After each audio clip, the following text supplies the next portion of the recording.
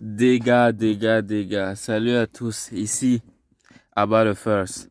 Quelqu'un demande, est-ce que Cyril Gane mérite le title shot de l'UFC? Est-ce que Cyril Gane était celui qui méritait légitimement d'affronter Tom Aspinall pour être champion de l'UFC? Est-ce que Cyril Gane mérite d'affronter le champion? Est-ce qu'il mérite sa place de contender? En fait, dans le fighting, dans le combat, dans l'UFC ou dans n'importe quelle organisation, le plus important, c'est pas le mérite, c'est pas le nombre de victoires. Le plus important, c'est are you bankable, comme le disent les Kardashians. Est-ce que tu es monnayable? Est-ce que c'est possible de gagner de l'argent avec toi?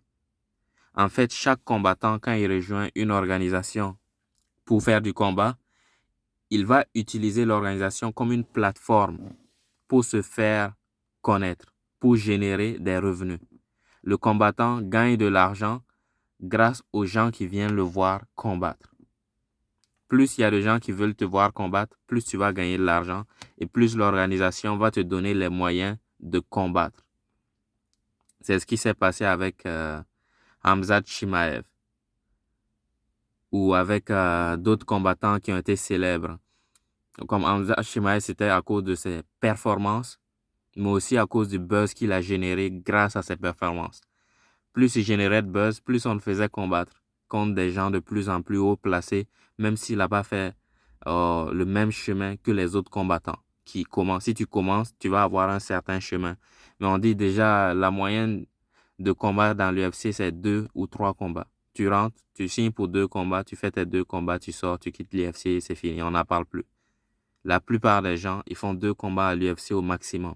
Lui, quand il est rentré, son premier combat était spectaculaire. Le deuxième combat encore spectaculaire. Il y a eu énormément de buzz autour de lui. Donc, on l'a gardé, on l'a fait combattre davantage. Cyril Gane, il est bankable. Il y a beaucoup de gens qui le suivent sur les réseaux sociaux. Il y a beaucoup de gens qui veulent le voir combattre. Il y a beaucoup de gens qui veulent être associés à lui. Il y a beaucoup de gens qui veulent voir Cyril Gane dans la cage. Donc, l'UFC, il y a beaucoup de gens qui veulent voir Cyril Gane. Beaucoup de gens qui vont payer pour le voir. L'UFC va organiser l'événement.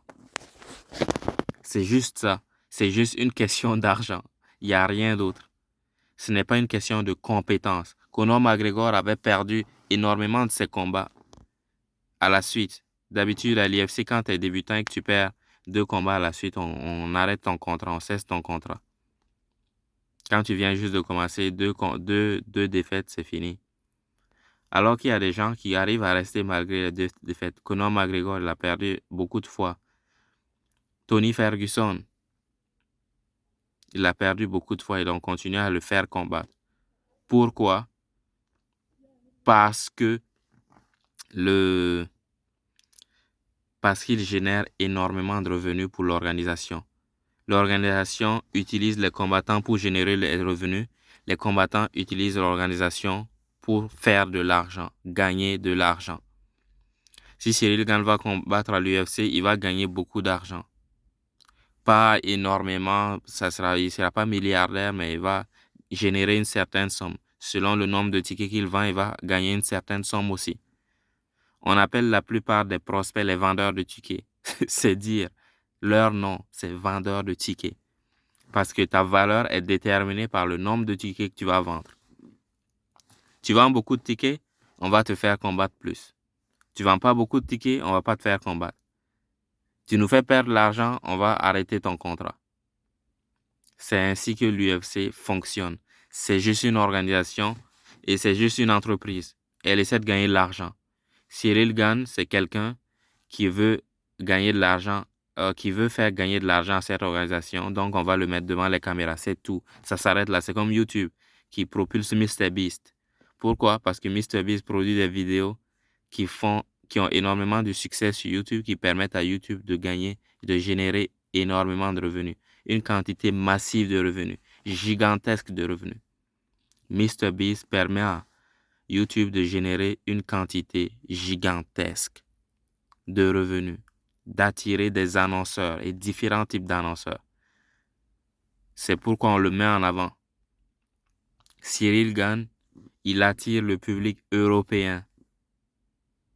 Il n'y avait pas beaucoup d'Européens à l'UFC, comme il y avait Gustafsson, qui était un peu populaire, mais la plupart des combattants, ils étaient américains latins, comme de l'Amérique du Sud, ou d'autres qui venaient d'Asie. L'Europe n'était pas trop représentée, où il y avait des combattants, mais ils n'attiraient pas énormément d'attention. C'est pour ça qu'ils voulaient Cédric Doumbé, parce que Cédric Doumbé attire énormément d'attention. Pourquoi tout le monde veut être associé à Cédric Doumbé? Parce qu'il sait générer des revenus. Pourquoi tout le monde veut être associé à Conor McGregor? Parce qu'il sait générer énormément de revenus. Pourquoi tout le monde veut être associé à tel ou tel combattant? Parce qu'ils savent générer des revenus. Pourquoi Don King était si intéressé par Mohamed Ali et par Mike Tyson? Parce qu'ils ont généré énormément de revenus. C'est parce qu'ils généraient des revenus. C'est tout. C'est une question d'argent. Il n'y a rien d'autre. Plus tu vas générer des revenus, plus on va te faire combattre, comme Sugar Sin. J'ai oublié son nom. Sean O'Malley. Les gens disent, ouais, il ne mérite pas, c'est une industrie plante. Mais il génère énormément de vues. Ses coups de pied retournés, chaque fois qu'il fait un coup de pied, ça attire les clics. Tout ce qu'il fait attire les clics. Il fait plein de vidéos sur les réseaux sociaux, il est présent, il discute avec les fans, il fait des podcasts, il fait des lives, il parle avec ses fans. Cyril Gane a commencé à faire ça, il a commencé à faire des lives sur Twitch. O'Malley faisait ça depuis longtemps. Et il avait énormément de fans, des fans vraiment qui étaient attachés à lui, qui achetaient ses t-shirts, qui achetaient son merch. C'était pour générer de l'argent qu'on l'a propulsé, Sean O'Malley. Parce qu'on sait qu'il vendait des tickets. Chaque fois qu'il va combattre, on sait qu'il y aura beaucoup de ventes en tickets et aussi en tickets virtuels. Pas juste en tickets physiques. Les gens vont acheter des passes sur l'UFC pour aller le voir en ligne. Les gens vont acheter des passes pour aller le voir. C'est une question d'argent.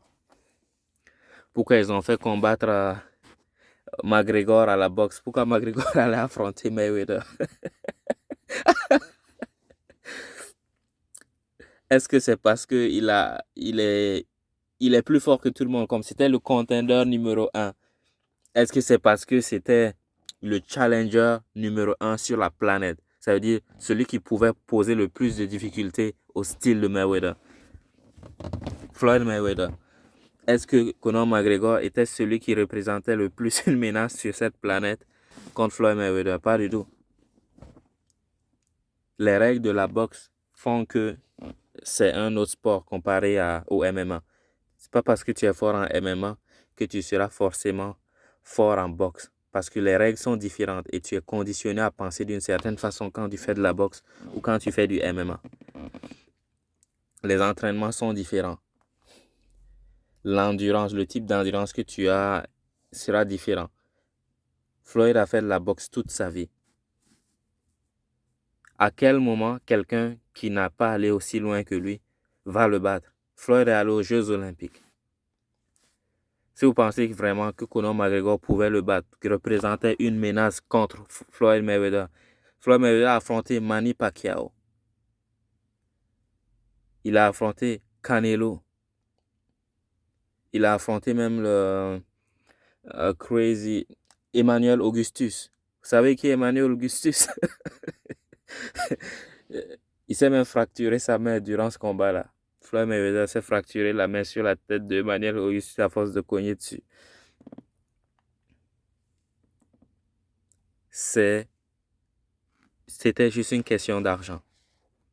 Il ne méritait pas d'affronter Floyd Mayweather, mais il a affronté parce que c'est ce combat-là que les gens voulaient voir et que les gens allaient payer pour voir. Les gens vont beaucoup payer pour voir Cyril Gane. Il a l'air imposant, il a l'air... Quand on le regarde, on peut croire qu'il pourra poser un problème à Thomas Spinal. Est-ce que ça veut dire que c'est des combattants? Les deux sont des combattants. La roue peut aller d'un côté ou de l'autre. Vous avez vu Kamaru Usman et Léon Edouard? Personne n'y croyait. Et à la dernière minute, bam, quelques fractions de secondes avant que le combat ne s'arrête.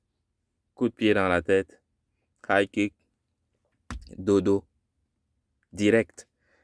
Tout le monde voyait le combat perdant pour Léon Edouard et puis l'upset de l'année. Combat Baki contre Zebo, qui y croyait? On a trop sous-estimé Jordan Zebo. Parce qu'il s'est fait battre par Cédric Doumbé en un éclair, les gens l'ont sous-estimé. Alors que c'est un combattant. Il s'entraîne depuis énormément d'années. Est-ce que Cyril Gane mérite d'affronter Thomas Spinal? Ce n'est pas important, le mérite. Ce qui est important, c'est qui va générer le plus d'argent. Qui va générer le plus d'argent? Est-ce que si quelqu'un d'autre affronte Thomas Spinal, ça va générer aussi autant d'argent que Cyril Gane? Il y a des mathématiciens qui font des calculs sur ça. L'équipe de l'UFC fait énormément de calculs pour voir quel combattant, quel combat va générer le plus d'argent et ils essaient d'organiser ce combat-là. C'est une question d'argent uniquement. Il n'y a pas le mérite, il n'y a pas est-ce qu'il est meilleur que l'autre. Tout le monde s'en fout de ça. Au début, peut-être, on voulait savoir qui était le meilleur, mais ensuite, c'est devenu une entreprise, c'est devenu du business. Il y a des actionnaires et il faut satisfaire les actionnaires. Les actionnaires s'en foutent si c'est Cyril Gane ou quelqu'un d'autre. Les actionnaires s'en foutent si Thomas Spinal est le champion ou son histoire, ils s'en foutent. Eux, ils veulent juste leur pactole à la fin du mois. Ou à la fin de l'année, ils veulent des résultats positifs. Ils s'en foutent que ce soit Nick Diaz le champion, Conor McGregor le champion, ou Khabib le champion, Merab le champion. Eux veulent juste qu'il y ait quelqu'un qui va générer énormément de revenus, qui va générer massivement des revenus, qui va générer une quantité titanesque de revenus, comme Conor McGregor. Quand ils ont pris Conor McGregor, il n'était pas si populaire. Il n'était pas... Il n'avait pas prouvé qu'il pouvait être fort, en fait. Ils l'ont pris, ils l'ont mis dans le bain direct. Pourquoi? Parce qu'il avait la tchatche, il avait quelque chose qui faisait en sorte que les gens voulaient le voir combattre. Il avait quelque chose qui faisait en sorte que les gens voulaient être associés à lui. Faisait en sorte que les gens veulent assister aux conférences de presse de l'UFC. De nos jours, vous avez vu la conférence de presse un peu Aspinal et Cyril Gane. C'est vrai que chacun a sa personnalité. Mais les deux, ils n'ont pas vraiment vendu le combat. Ils n'ont pas vendu à la hauteur de McGregor. Ils n'ont pas vendu à la hauteur d'un qui... Colby Covington. Ils n'ont pas vendu à la hauteur de El Koukoui, Tony Ferguson. Ils n'ont pas vendu à cette hauteur-là, à la hauteur de Nick Diaz, Nate Diaz. Même Georges Saint-Pierre, il avait quelques fois du mal à vendre ses combats parce c'est un introverti, Georges Saint-Pierre. Il n'est pas du genre à aller devant les caméras à raconter sa vie ou à faire du trash talk, comme on appelle le Karate Kid, celui qui fait du karaté. Il est canadien, il est grand, j'ai oublié son nom, Thompson, Steven Thompson. Dans toutes ses conférences de presse, il dit « Oh, mais l'autre gars, il est méchant avec moi. » Parce que Thompson, c'est quelqu'un de tranquille. Il gère, il est carré. Il n'a pas de problème avec quelqu'un. Il ne cherche pas la merde. Mais les autres, eux, ils essaient de vendre le combat. Ils disent « Ouais, c'est moi, je suis le plus fort. » Il dit « Ouais, si tu le dis, mais on va se battre et on va voir qui va gagner le combat. Même si tu gagnes, ça ne veut pas dire forcément que tu es plus fort que moi. Peut-être que ta stratégie a gagné cette fois. » Et comme il essayait de rationaliser, de raisonner. C'est vrai, tout ce qu'il dit est vrai, mais ce n'est pas ça qui vend le combat. Nous, on s'en fout que ce soit lui qui vend. Nous, on veut voir du sang. Les clients, ceux qui vont regarder la conférence de presse, ils veulent voir du sang, ils veulent voir des gens se déchiqueter. Ils veulent qu'il y ait comme des gens se poussent dans les escaliers. Ils veulent du drama. C'est ça que le peuple veut. Du pain et des jeux. Le peuple veut du drama. Ils veulent dire, oh j'étais comme avec Ian Gary. On dit, ouais, sa femme était comme ça. Et sa femme était avec le coach. Et ensuite, il y avait plein de drama autour de lui. Donc, ça a fait beaucoup parler. Et ça a fait vendre. Il a vendu son livre, sa femme a vendu son livre. Ils ont vendu des vidéos, ils ont vendu énormément de produits avec ce drama-là. Je ne sais pas si ça a pu continuer, si ça se passe bien pour lui maintenant, mais il a vendu beaucoup de produits grâce à ce drama-là. Mais Cyril Gane ne crée pas de drama. Cyril Gane est tranquille. Mais pour vendre le combat, il faut un peu mettre les pieds dans le plat. Il faut un peu aller dans la boue. Il faut soulever des dramas. C'est pas grave si c'est pas vrai. Comme Merab qui dit à Sandagen, oh j'ai vu tes parties génitaux sur Internet. Est-ce que vous vous rendez compte? Il faut, comme Sandagen aurait pu demander à Merab, Zwali Julie, mais comme ça veut dire que tu as payé pour mon compte OnlyFans en fait. Ça aurait été vraiment trop. Imagine, tu vas sur ton compte et tu vois Merab. C'est une question d'argent. Plus tu sais générer de revenus, plus tu auras d'opportunités pour générer des revenus grâce à l'UFC. En fait, pour être combattant du UFC, tu dois être une influenceuse. Tu dois être une influenceuse beauté. Tu dois dire, ah bonjour les loulous, aujourd'hui on va faire un make-up, on va faire... C'est ça que tu dois faire. Tu dois faire des vidéos. Vous avez vu que de plus en plus de combattants ont des chaînes YouTube. De plus en plus de combattants ont des chaînes YouTube. Mighty Mouse. Mighty maintenant. Demetrius Johnson, c'est sa chaîne Mighty Mouse. Il fait intervenir énormément de gens de la scène de combat. Jiu-jitsu brésilien, kickboxing, tout. Il va faire des stages. Récemment, il a fait un stage avec Merab Dvalishvili et avec Mike Musumeci. Il fait des stages avec des combattants. Il nous fait voir l'envers du décor. Les gens sont intéressés par ce genre de choses. Il est un peu dans les dramas. Il dit, ouais, il y a ça qui se passe, il y a ça qui se passe. Il y a aussi Derek Moneyber qui est rentré dans... Il a organisé un débat entre Craig Jones et Musumeci. Mike Musumeci, ils ont parlé de Derek Moneyber, la ceinture noire. Ils ont parlé de choses qui intéressent les gens.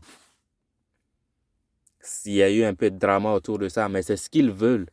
Ils veulent qu'il y ait du drama. S'il n'y a pas de drama, personne ne sera... Autant de gens ne seront pas intéressés s'il n'y avait pas de drama. Sans drama, beaucoup de gens ne seraient pas intéressés par ce podcast-là.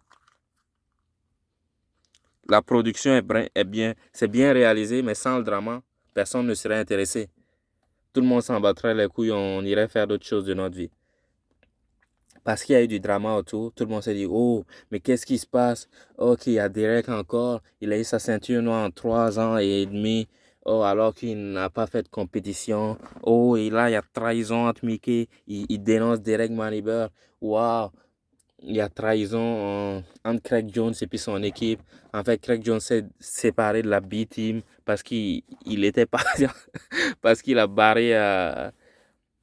Craig Jones était un peu allé loin là. Il poussait un peu l'équipe vers le bas par son comportement. Lui, il arrivait à générer des clics, mais pas de la bonne façon, pas de façon très, très catholique. Il disait des termes, il entretenait des propos qui pouvaient nuire à toute l'équipe. Donc, il s'est séparé de l'équipe pendant un temps. L'équipe est gérée par d'autres personnes, mais comme il a créé une équipe, mais bon, il s'est exclu lui-même de l'équipe pour ne pas attirer les foudres des gens sur l'équipe lorsqu'il va faire des conneries. Parce qu'il est très connu pour faire beaucoup de conneries, Craig Jones. Où il va dire des choses qui dépassent les bornes. Donc, il s'est séparé de l'équipe. Et là, il a raconté tout ça et ça a créé un peu de drama en ligne. Les gens se sont intéressés. Les gens veulent du sang, les gens veulent du drama, les gens veulent quand ça parle, quand ça kick, quand ça tacle. La conférence de presse, c'était pas vraiment ça entre Cyril Gane et Thomas Spinal. Il n'y avait pas vraiment de tacle, ça clashait pas vraiment. Ils étaient comme quand il y a une personne qui est timide et l'autre qui parle, ils peuvent s'en sortir. Comme Charles Sonnen. Quand il vendait ses combats contre différents adversaires, il y avait certains adversaires qui étaient timides, mais lui, il arrivait à porter la conversation. Il arrivait à porter l'interview à bout de bras pour les deux personnes. Comme Jordan Zebo et Baki, c'est la même chose. Baki a porté le spectacle plus que Zebo. Zebo n'a pas amené de drama. Les gens veulent du drama. Les gens veulent du sang. Plus il y aura de drama, plus beaucoup de gens vont s'y intéresser.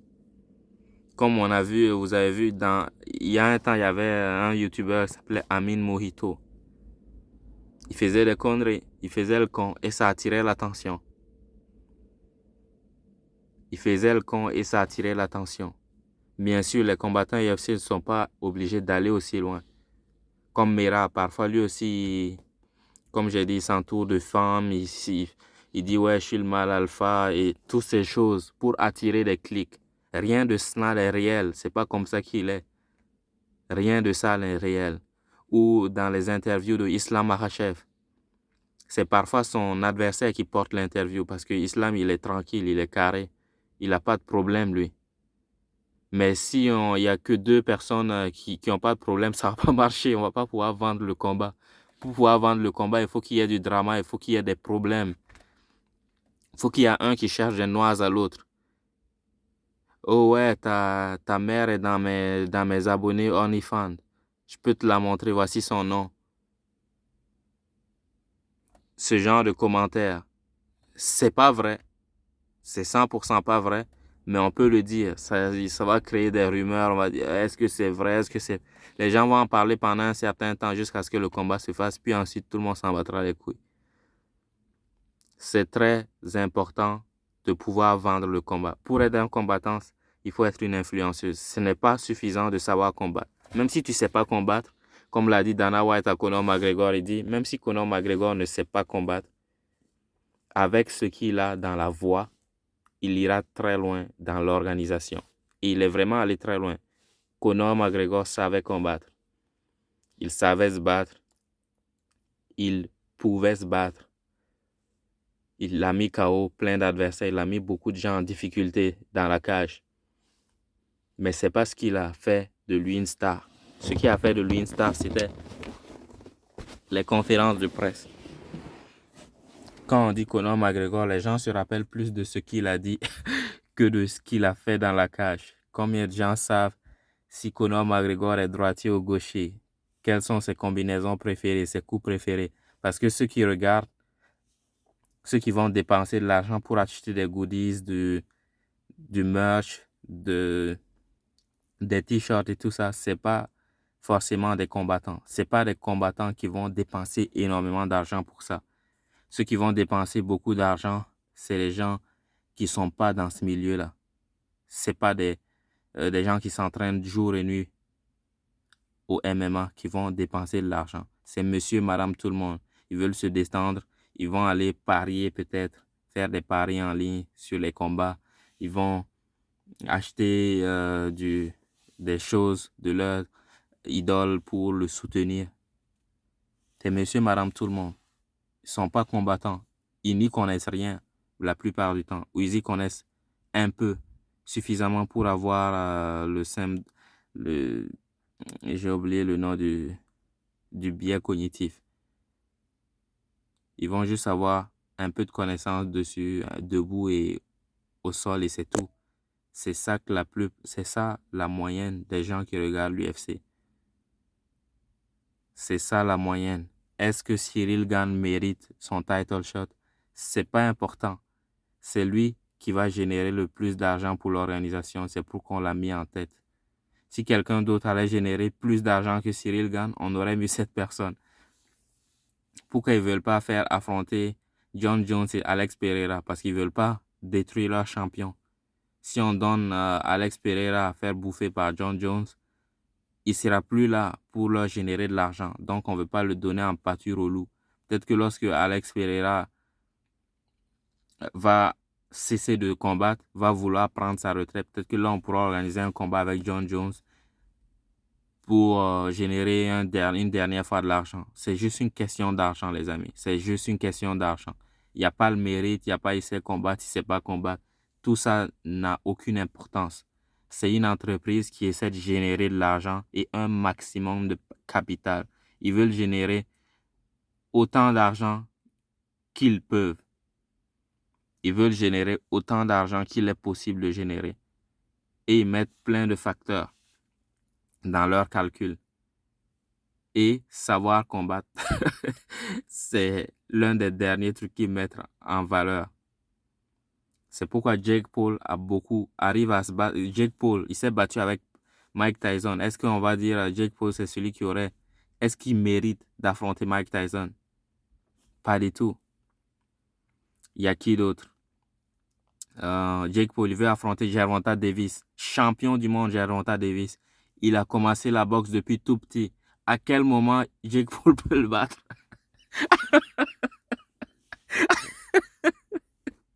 À quel moment Jake Paul va battre Gervonta Davis? C'est impossible. Il ne peut pas le battre. C'est impossible. Comme Tenshin Nasukawa et Floyd Mayweather. À quel moment Floyd Mayweather allait battre Tenshin? C'est pas possible. On a des petits, tu rentres dans le ring, tu bouges un peu avec l'ancien, tu te couches au 3e round, on te paye un cachet et puis c'est ça quoi. Et il a fait exactement ça. Mike Tyson a dit, tu rentres dans le ring, tu bouges un peu avec Jake Paul, tu vois, tu n'essaies pas de le mettre KO parce qu'il aurait pu le mettre KO, Mike Tyson. Dès le premier round, il aurait pu le terminer. Il a eu énormément d'ouvertures qu'il n'a pas exploitées parce qu'il ne veut pas faire du mal à Jake Paul. Son objectif, c'est pas d'être champion du monde à nouveau. C'est juste pour gagner de l'argent. Ils veulent être devant les caméras, les gens veulent le voir sur un ring comme à la belle époque. Ils veulent se remémorer des souvenirs. Donc, on dit, ils vont lui donner de l'argent pour qu'il puisse... ils vont payer pour voir ce combat-là. Et ça a généré des millions. Pour Jake Paul et Mike Tyson, ça a généré des millions de dollars. Est-ce que ça veut dire que Jake Paul méritait d'affronter Mike Tyson? Pas du tout. Pas du tout. Il n'y avait aucun mérite là-dedans. C'était juste une question d'argent. Ça a été calculé. Est-ce que Jake Paul mérite d'affronter Gervonta Davis? Il n'y a pas une question de mérite. C'est juste que c'est un combat qui va générer de l'argent. Ils sont dans 2 catégories de poids complètement différentes. Un, c'est un professionnel. L'autre, c'est à peine un amateur. On sait déjà l'issue du combat, mais c'est juste pour divertir les gens. Ils font des conférences de presse, ils vont s'insulter, ils vont se dire des mots. C'était comme KSI et Jake Paul. Ça a généré énormément de vues. Ça a eu immensément du soutien de la communauté. Beaucoup de gens étaient intéressés par ça. Donc, ils ont réussi à vendre leurs boissons Prime. Ils ont réussi à vendre leurs t-shirts, vendre des produits dérivés grâce à ce combat-là. Le combat a été vu des millions de fois. Beaucoup de gens ont payé pour être là le jour du combat autour de la scène. Et beaucoup de gens ont payé pour voir le combat en ligne. Ça a généré des millions pour ces deux-là. Tout n'est qu'une question d'argent. C'est une question d'argent. L'UFC, c'est une organisation et ils vont utiliser ce que Cyril Gane a apporté pour générer un maximum de profit. Ils vont utiliser ce que Tom Aspinall a apporté pour générer un maximum de profit. Non seulement pour eux, mais aussi pour les combattants. Parce que les combattants, ils gagnent aussi. Plus ils vont vendre de tickets, plus ils vont gagner de l'argent. Le mérite n'a rien à voir dans tout ça. Plus tu es bankable, plus l'UFC va te mettre de l'avant. Moins tu es bankable, plus tu seras à l'arrière du camion et personne n'entendra parler de toi. Même si tu es très fort, même si tu éteins la lumière à tout le monde, même si tu as un bon jiu-jitsu, une bonne lutte, tout le monde s'en fout si tu ne sais pas générer de revenus. Si tu as une grosse communauté derrière toi, l'UFC va te mettre en avant parce qu'ils vont pouvoir en bénéficier. Mais si tu n'as rien derrière toi, ça ne sert à rien. C'est tout pour aujourd'hui. C'était About the First.